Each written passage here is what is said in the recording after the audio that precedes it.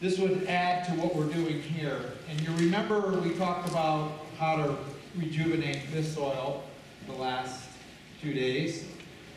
This is the infiltration that we would have on 2 different soils. And obviously this was degraded here, so this is our degraded soil here, and it's degraded because it's been tilled for forever. So apparently, yes, God started it. Anyhow, so we have a tilled system here. Here is under perennial vegetation, 50 years. It does have a little orchard, trees around it. So the demo here is obviously really simple, and it looks like these are Walmart. They're not the cheese balls, but it looks like it's a simple picture. And actually, it would be really good if you came closer. Do you want to stretch your legs and come up closer so you can see this better? It would be helpful, probably. Same number of holes. They've drilled these tops so it dissipates the power of the water and simulates rainfall. And what we're going to do is, we're going to pour the water. Jay, do you want to grab this one here and we'll pour together. So we're going to emulate rainfall here on 2 different management systems. The heavy tilled on the left and the perennial vegetation on the right. And this is pretty powerful. So if you take anything from this is something really simple that you can do on your own land. Aggregate stability in the infiltration. It's already dripping. What did that take? 10 seconds to get through. And we have nothing to the other one yet. So this is why water is important, especially in the West, is you want to get it into the profile. This is part of the natural water cycle. And when you don't get it into the cycle, you're creating a runoff issue here. And something to keep in mind is what's happening on the surface of these 2 soils. Because that's the key. Exactly, and what is happening is actually microscopically it's slaking across the surface. Because it's the same process here. This is the very macro process, this is the very micro process. But essentially, where does the soil get wet first when it rains? Right on the surface in North Dakota. Well, anyway, it got wet here and it slaked. If we don't have an adequate amount of glues and cell aggregates, it just seals across the surface. Once that sealing started, the game's over. And I just want to note here that if you had even a slight slope, this water and nutrients and sediment becomes then a pollution problem in waterways.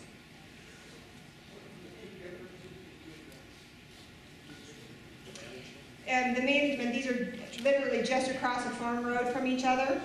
This is a high-intensive vegetable field. Tillage, and then this is perennial, this is under orchard, where there's been perennial cover for 50 years. Same soil type. Same soil type. I mean, they look like very different soils now, right? This one's much darker, indicating it has much higher organic matter. This one is much paler color. But we can do that in cropland too, though. It doesn't have to be a perennial. It can be a very diverse no-till cropping system. Jay explained. Well, sure. What we're looking at here is how did the water get in the profile? How did it get in there? Yeah, found those pore spaces. Who builds the pore spaces? The biology. What feeds them? The carbon. We just keep following it back, and we know this. And so, can we do this in a cropland setting or a perennial grass setting? Sure. And so the whole scenario is, too, we get the diversity of exudates in the cropland setting that Gabe's talking about, and the diversity of exudates gives us stronger diversity diet with the soil food web. And here we have the aggregates, and we had adequate glues so it didn't slake, it didn't disperse and seal, and here, we didn't. And very same soil types. And we have not so much runoff in one, and we've got pretty nice runoff in the other. So we have that a stable scenario, stable soil aggregates. Are there holes in the bottom of that one, Mike?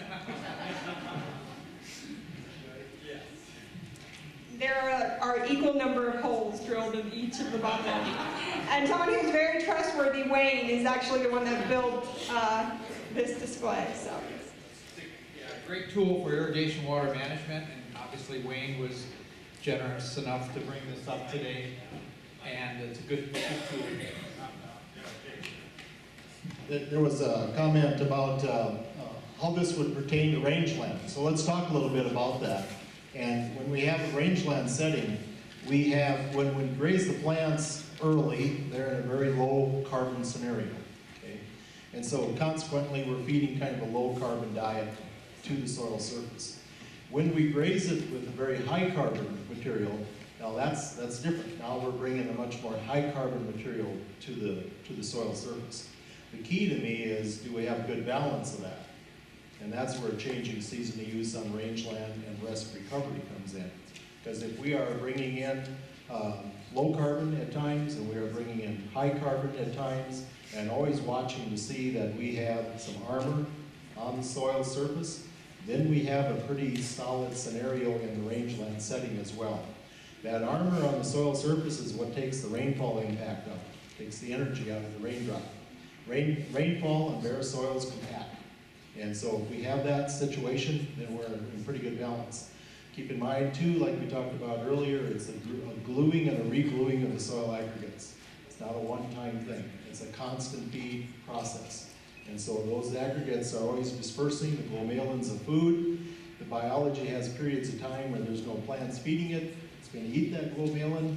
And so we have that perpetual constant feed system.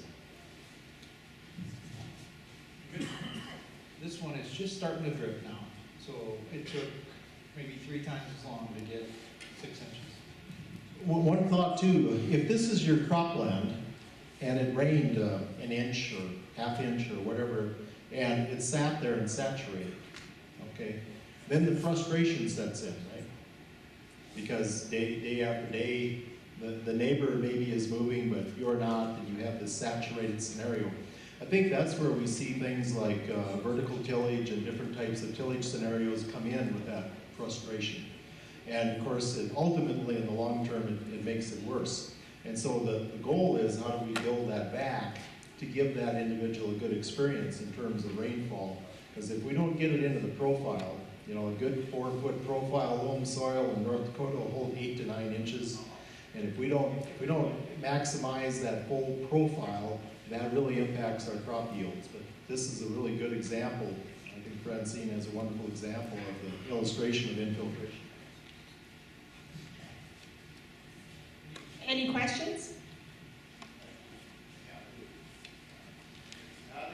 Because most of our country in this is actually violent in rain, and they well described it. How do we move from tap bare soil and rain to move succession forward and improve that situation? So one of the major tools in rangeland is management. Okay. The question is, the major land use in this area is rangeland, and how do you start to move your rangeland into a situation where you have better soil health? And so the major tool that you have on the rangeland is going to be is management, and how you graze is how you graze your animals, and making sure that you're grazing. When you're grazing, you're not taking so much that you're decreasing the amount of roots every time. Maintaining healthy root system. Okay. Gabe, would you like to come up here? You're the expert.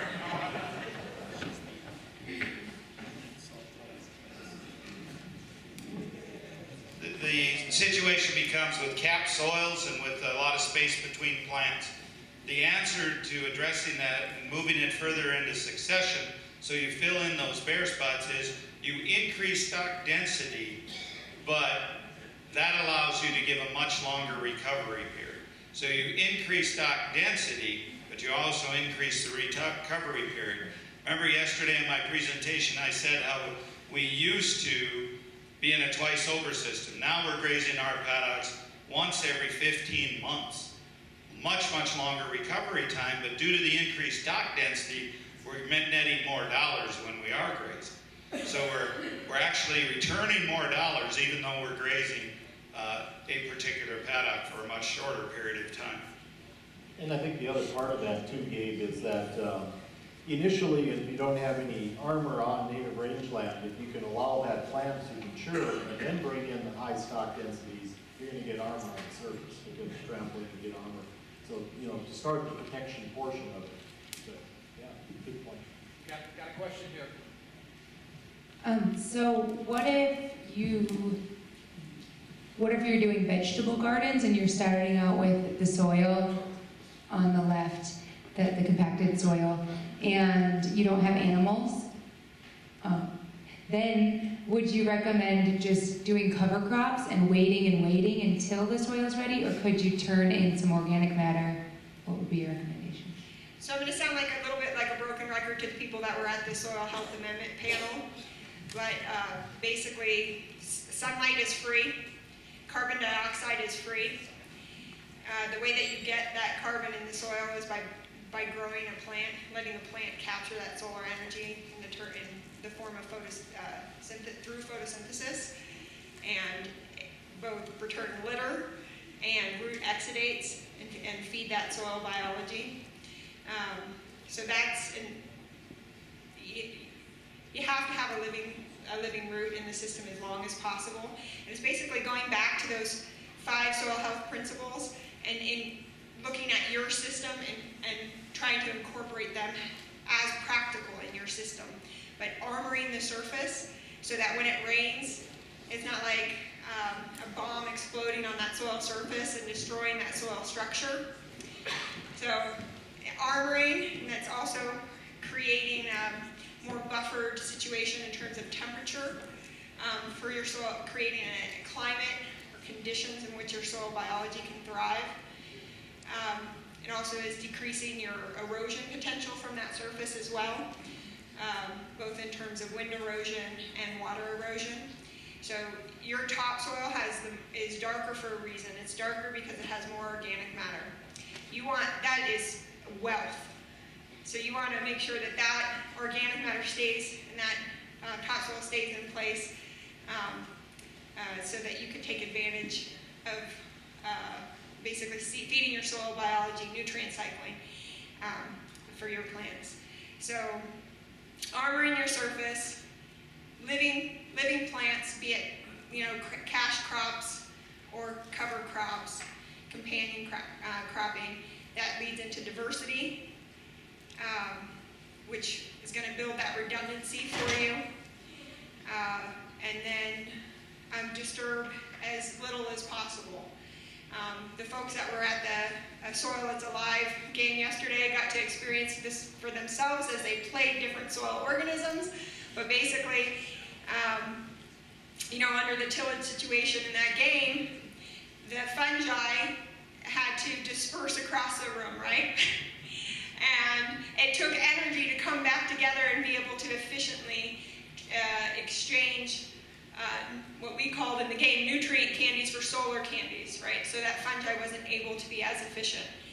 And so, it's like a highway system or infrastructure. When you till, you're destroying that investment of the soil fungi in that hyphal network, and it decreases their efficiency at exchanging nutrients and water with that plant root directly.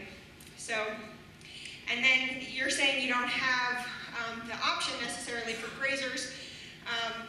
That's not necessarily going to keep you from being able to build your soil health. You just need to think creatively about how you might be able to mimic some of the benefits that you get from grazers. So it could be, mowing or returning some of that organic matter right to the surface. It could be a matter of bartering with your neighbor for vegetables and their chicken manure. But there's creative ways to try to still incorporate the stimulating impact of that manure in a system without having grazing animals. We got one more question here. Okay. On that previous scenario that Gabe answered the question to, where you had rangeland with plants interspersed with bare areas, how do you go about diversifying the foliage in there to get what we're trying to do here with the soil amendments, and yet not disturb that soil? We're saying no tillage. What does no tillage mean? Does that mean no-till seeding? Does that seeders, planters? Does that mean no pasture renovators? How do you get this seed to take on that kind of terrain, rangeland terrain, without disturbing the soil? Broadcasting the seed is going to waste a huge amount of your seed. How do you go about doing that? I was just very long-winded. I'm going to let Jay take this first stab at this one. Are we talking about native rangeland? That's been hayed in the past, and it's no longer producing really what it should. Okay, so if it's a hayland scenario in perennial grass Yeah. presently, okay. Now, in that type scenario, we've interseeded legumes pretty successfully with a no-till drill. Okay, so And- the no-till drill is not considered tillage. That's what we've done with it, correct. What about pasture renovator, just slicing it, every 6 inches? Is that considered Yeah. tillage? Well, I think you gotta put it into context. What do you have? What do you have to work with? That's the first thing I look at. And then, if you can find something you already have to work with in terms of a drill. My first choice that I would want to go in there with a no-till drill. That'd be my first choice. That said, if I didn't have that or have access to it, I would probably look at a second choice.